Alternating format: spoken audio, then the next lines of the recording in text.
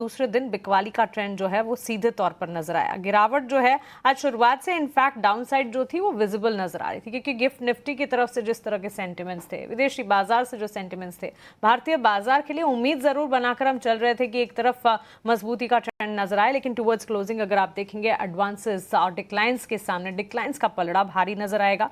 गिरावट का ट्रेंड इस वक्त बैंक्स फाइनेंशियल्स में देखने को मिला।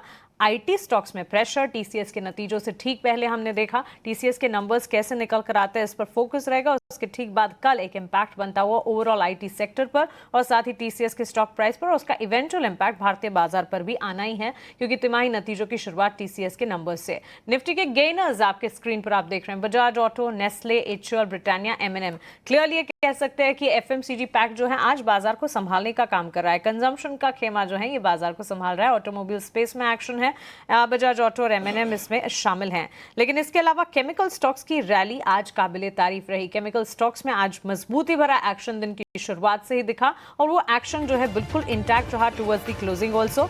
खबर ये थी कि अमेरिका में रेफ्रिजरेंट गैस कीमतें बढ़ने से केमिकल शेयरों में उछाल देखने को मिला है, जिसके ठीक बाद एसआरएफ, नवीन फ्लोरिन में करीब 10 से 13% तक की तेजी भी हमने देखी। ऑयल एंड गैस स्टॉक्स में आज गिरावट थी। एफएमसीजी में कंटिन्यूड बाइंग नजर आई, जिसमें Colgate, Marico, Godrej consumer, Emami, Nestle, HUL सारे के सारे काउंटर्स शुमार रहे। और इसके अलावा अगर आप देखेंगे जाइडस लाइफ और ल्यूपिन में न्यूज फ्लो के चलते, ब्रोकरेज पॉजिटिव रिपोर्ट्स के चलते अच्छा खासा एक्शन, और ये एक्शन जो है बिल्कुल देखने को मिला। यूएस एफडीए से क्लियरेंस मिलने से ल्यूपिन में खरीदारी रही और नोमुरा की ने रेटिंग न्यूट्रल से बढ़ाकर खरीदारी की, जिसके चलते हमने जाइडस लाइफ में भी एक्शन देखा।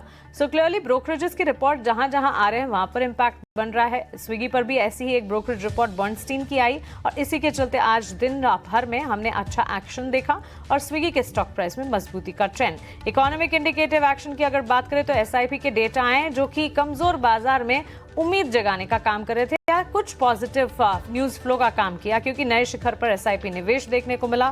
दिसंबर में पहली दफा निवेश का आंकड़ा 26,000 करोड़ के पार गया। स्मॉल कैप, मिड कैप हर स्कीम में हमने देखा मजबूती के साथ निवेश। सो क्लियरली मार्केट पार्टिसिपेंट्स का भरोसा जो है एसआईपी इन्वेस्टमेंट पर बढ़ता हुआ।